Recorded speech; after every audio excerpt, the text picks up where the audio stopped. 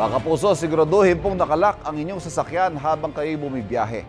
Sa R10 o Mel Lopez Boulevard sa Maynila, huli ka ang pangahablot ng bag mula sa isang sasakyang naipit sa traffic.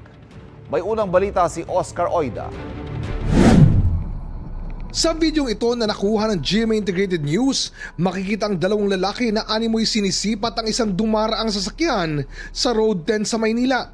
Ang isa, patingin-tingin mula sa bangketa, habang ang isa, lumapit at tila pinaikutan ang sasakyan. Saglit silang nawala, pero nang mapahinto ng matagal-tagal sa traffic ang sasakyan, nilapitan ito ng mga lalaki. Binuksan ang pinto at pinagtulungang hablutin ang bag ng pasahero. Sabay takbo. Agad nag-imbestiga ang Manila Police District at tukoy na nila ang mga suspect. Hinihintay lang natin itong biktima na mag-report sa ating kapulisan o makipag-ugnayan sa ating kapulisan para masampahan natin ng kaukulang reklamo itong mga taong ito. Sa isang krimen gaya nito ayon sa pulisya, nakapanamantala ang mga salarin dahil sa tatlong elemento: target, opportunity at desire. Sa pagkakataong ito, nakita natin sa video na meron silang opportunity dahil bukas yung pintuan ng sasakyan. Palagi natin titignan yung safety natin. Tignan natin kung nakacheck yung ating sasakyan at kung may papansin tayo mga kahinahinalang individual base sa kanilang presensya at kinikilos, itawag nila agad sa kanilang kapulisan.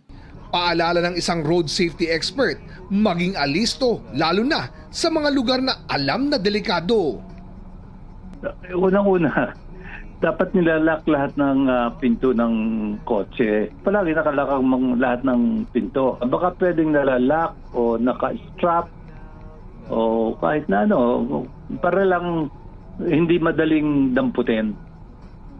Paano kung nasa sasakyan o open type tulad ng jeepney o motorsiklo? Maglalagay ako ng kahon o parang box na doon ko ilalagay ang mga gamit ko. Hindi yung open na nasa upuan lang.